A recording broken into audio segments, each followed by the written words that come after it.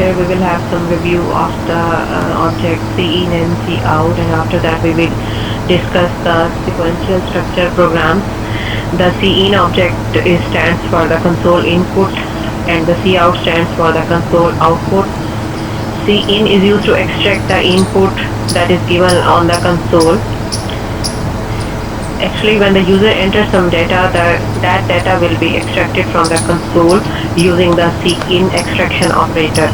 And likewise, when we write the cout, it means we want to display something on the console. And if that is a message, then we will enclose that message into the double quotes. And if that is the value or some constant or the value of some variable, then we have to write the name of that variable in front of the insertion operator. So cin and cout are the two objects that we will use commonly in our program. So first have the review of the structure of C++ program. Firstly, we will write the preprocessor directives, and after that we will write main function. After main function we will write the body of program. So when we make program using the sequential structure, we just simply have to follow this sequence. But before making the programs of sequential structure, we have to learn some output formatting sequences like escape sequences. So escape sequences are written with a combination of backslash and a character.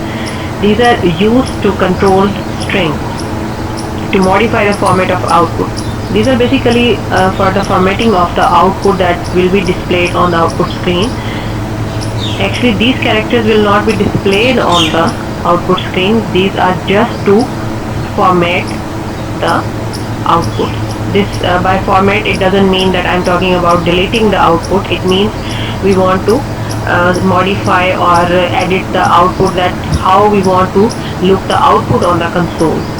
तो ये वो characters हैं जिनको आप backslash के combination से इस्तेमाल करेंगे. बैकस्लैश के कॉम्बिनेशन से कुछ डिफरेंट कैरेक्टर्स में दिए हुए हैं और हर बैकस्लैश के कॉम्बिनेशन से दिए गए एस्केप सीक्वेंस का कोई ना कोई टास्क है जिसको आप जब यूज़ करेंगे तो वो उसके कॉरस्पॉन्डिंगली उस टास्क को परफॉर्म करेगा.